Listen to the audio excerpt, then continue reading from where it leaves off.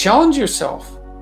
It's like, take a bit of a look at yourself and think about what's not so good that you could improve, that you should improve by your own standards, and that you would improve, and set yourself a little goal.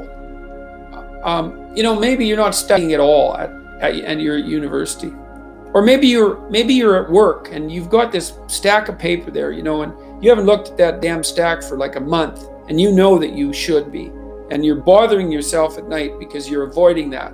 It's like, maybe think, well, I've avoided that stack of paper completely for 1 month. I'm quite a coward when it comes to whatever snakes might be hidden in that stack of paper.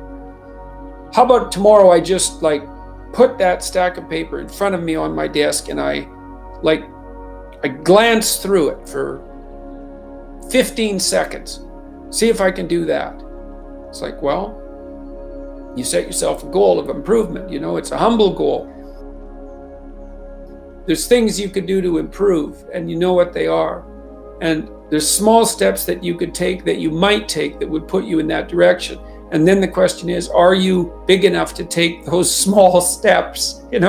Are you capable of grappling with the fact that you're fundamentally flawed to the point where you have to break things down into almost childlike steps in order to manage them? And the answer to that is, yeah, you are. Most people have things they avoid, and they're afraid of. So I would say, to some degree, it's the lot of everyone. People vary in the degree to which they've conquered that. And you do meet people from time to time who are extraordinarily disciplined. But most of the time they've got disciplined in exactly this manner. It's through slow incremental improvement. And then you challenge yourself. It's like, well, could I do this? That would be better. Then you find out. And then you think, well, is there something slightly larger and more challenging that I could do that would be better? And you try it and you find out. And as you try it and you find out, generally you get better at it, and you can take on larger and larger challenges. You take responsibility for yourself. That's part of standing up straight with your shoulders back. It's like, take on the world, man, but only at the level that you can manage. When you're ignorant and biased and deeply flawed and immature, it's where everyone starts. You don't want to bite off more than you can chew, but it doesn't mean that you can't wrestle with part of reality. Some part that's small enough so that you have a good shot at victory. And then you attain victory over some small part of the chaos. And then you're the person who's victorious over chaos. You're just a beginner, but that's who you are. And then maybe you can get unbelievably good at that. And you do that by challenging yourself humbly at the level that you're able to function. It's easier to understand if you think about a child that you're trying to rear properly, and you want to make that child, help that child reveal their highest potential, whatever that is, whatever that means. And what you do is, you don't set them a series of impossible tasks in the hope of undermining their self-confidence.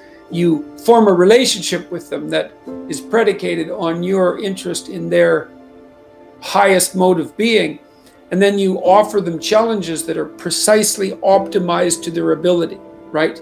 So they can do them, but they have to stretch. The two elements of their ability would be what they can do and how much they're capable of transforming what they can do. And an optimal challenge stretches you to the end of what you can do, and then into the domain of how you can transform. You have to be humble and wise enough to understand that you might have to aim pretty damn low, especially in those places where you're not functioning well. And it might be so embarrassing that you can't bring yourself to fathom that that's actually who you are.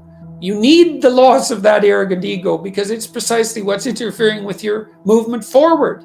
It's part of the adversarial process, mythologically speaking, that stops moral progress. You're too proud of who you think you are to notice what you're like so that you could change properly. You don't want to sacrifice that part of yourself. It's probably associated with some delusion that helps you maintain a positive, although very fragile self-image, in the absence of genuine effort. It's not to be recommended. So you know yourself by watching and paying attention. It's not thinking. Exactly. It's not imagination. It's watching like you're a snake. Because a snake watches like cold-bloodedly, with no emotional reaction, just to see what's there. It doesn't allow what is wanted or desired to interfere with what is observed. So you watch yourself like that, as if you don't know who you are. Well, that's the beginning. And then you challenge yourself continually to see how far past yesterday you could push today and tomorrow, and to continually experiment with expanding the domains not only of your competence but of your ability to increase that competence. The upper limit to that is proportional to the moral effort that you put into it. The more that's guided by the highest of all possible visions, right? The alliance with the highest of all possible conceivable good.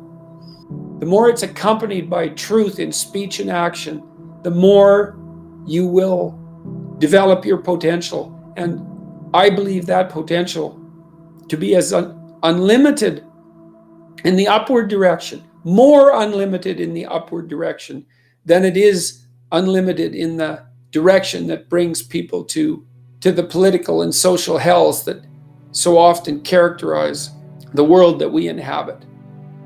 And so you also, I suppose, have to be willing to undertake that as an adventure, because it's a hell of a thing to bear that kind of responsibility. It takes a person out of the ordinary. It takes them out of themselves. But there's deep meaning to be had in it, and there isn't anything better that you can do. There's this old idea that you go into the abyss. It's an idea that you can gaze into the abyss. You gaze long, and what you find in the abyss is a monster. That's the dragon at the bottom of the abyss, let's say. That's Satan himself, for that matter. But if you go into that as deeply as you can, what you find is you find your fragmented father in a comatose condition, in a desiccated and separated condition. And then you revivify that. Well, what does that mean? It means something. It means that if you look in the darkness, you find the light. That's one thing it means. And that the light really stands out against the darkness, but that the light is to be found in the darkness. So that's a very interesting thing. It's a quest narrative. But it means more than that. It means something fundamental. So we know, for example, that if you take yourself out of your current state of predictability and safety, and you put yourself in a new situation, you'll learn, right? You'll incorporate new information. So that's a cognitive issue. But that isn't all that happens. What happens is that new genes turn on within you and code for the production of new proteins. And that happens neurologically. New parts of you turn on. And so the idea is that if you can move yourself out into the world and push yourself out against a maximum array of challenges, more and more of you turns on. And then the question would be, well, what would you be if all of you that could be turned on was turned on? And the answer would be, you would be the resurrection of the ancestral father. That's what you would be. And so that's why Christ says, I am the way and the truth and the life, and no one comes to the Father except through me. What that means is that if you take on the unbearable burden of being voluntarily, then that transforms you into the ancestral father. And that's true. And so that's unbelievably optimistic. It's so interesting because it's dark beyond belief. Well, the world is characterized by suffering and by malevolence of a depth that's virtually beyond comprehension. But if you choose to comprehend that, what you discover in that is the light that destroys the darkness. And that's really something to discover. There isn't a discovery that's more profound than that. That's the search for the Holy Grail or the Philosopher's Stone, all of that. If you actually want something, you can have it. Now the question then would be, well, what do you mean by actually want? And the answer is that you reorient your life in every possible way to make the probability that that will occur as certain as possible. And that's a sacrificial idea, right? It's like, you don't get everything. Obviously. But maybe you can have what you need. And maybe all you have to do to get it is ask. But the asking isn't a whim or today's wish. It's like you have to be deadly serious about it. You have to think, okay, like I'm taking stock of myself. And if I was going to live properly in the world and I was going to set myself up such that being would justify itself in my estimation, and I don't mean as a harsh judge, exactly what is it that I would aim at? You could try this. This is a form of prayer, knocking. Sit on your bed one day and ask yourself, what remarkably stupid things am I doing on a regular basis to absolutely screw up my life? And if you actually ask that question, but you have to want to know the answer, right? Because that's actually what asking the question means. It doesn't mean just mouthing the words. It means you have to decide that you want to know. You'll figure that's out so fast it'll make your hair curl. You're perfectly capable of thinking. God only knows how. You're perfectly capable of immense feats of imagination and dream and fantasy. It's God only knows how you do all of that. What would happen if you consulted yourself about the best possible outcome for you? You might get an answer.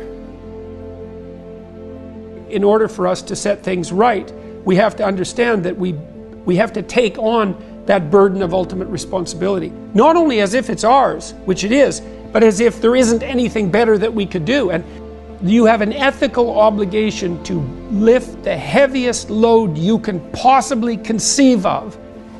And that's the primary call to adventure in life. You need a meaning in your life to forestall the suffering and to make you strong enough to resist malevolence. Where's the meaning to be found? Rights, impulsive pleasure, and happiness? No. Responsibility? Oh, who would have guessed that? It's not part of the narrative. What makes life worth living is to pick up, take its catastrophe and embrace it and carry it, and to realize through that process who you are. When I talk to audiences about the relationship between responsibility and meaning, they inevitably go dead silent. There's not a rustle, there's not a cough. It's like, is that the secret? Is that the secret? Is that it's the voluntary adoption of responsibility? It's like, well, that's the central message of the West. It's like to pick up your cross and bear it, you know, and everyone's been told that, but they don't know what it means because it's not been articulated enough so that it becomes something that's practical. It's like, yes, look at the terrible responsibilities you have right in front of you.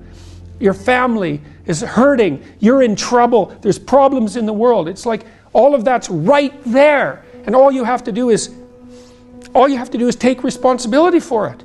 And then you've got what you need. It's something so magnificent that happiness pales in comparison. And so it's thin gruel happiness. And young people know that.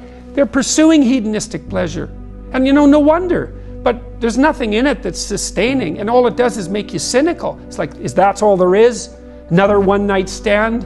Another binge party, you know, and it's not like I have anything in principle, against some of that exuberant, youthful hedonism. Look, the universities have turned into places of parties. Why? Well, because that's what the students find best to do there. Well, that's not good. What you want to offer them is a reason to not party. It's like, no, you got to understand, you come to this class hungover. You're not going to be able to get it. You're not going to be able to write properly. You're going to pay a price for that hedonism. It's like, and the price will be too high for you to bear. It's like, oh, well, enough hedonism for me then. Like, I've got something important to do. That's the way out of that. Before you can be a painter who can paint what's beyond mere memory, you have to inculcate that discipline, skill, and a lot of that is painful repetition and hard grinding work. It's the sacrifice of the present for the future. But once you manage that, then things open up. That's why we have disciplines, right? I mean, the words aren't there by accident. You have to narrow yourself first, and then you can broaden outward. And so that's part of the process of maturation. That's part of the sacrifice of childhood. Say, in childhood you're nothing but potential, but it's not realized and you don't know how to realize it. And so then the question is, well, how do you get to a point where you realize the potential? And the answer is, you sacrifice almost all of it to a single direction. And so That's the thing about growing up, is that when you're a teenager and a young adult, you have to sacrifice everything you could have been as a child to be the one thing that you're aiming at. But then that opens up